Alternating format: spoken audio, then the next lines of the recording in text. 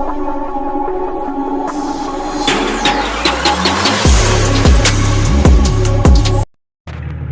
working on the TJ.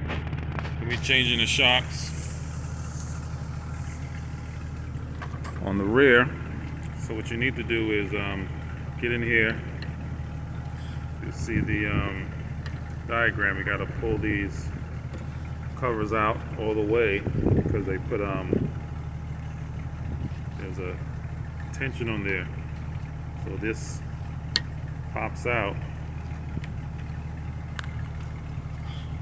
and you'll have to remove these out, as you can see on these original shocks here.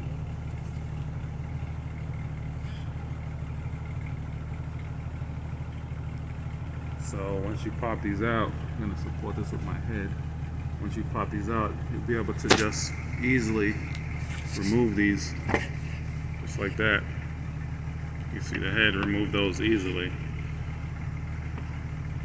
because that puts tension on there. I'll pop it back in so I can get the new shocks out. I already did the bottoms here, so I just got to pop those out, and you'll be able to see the difference.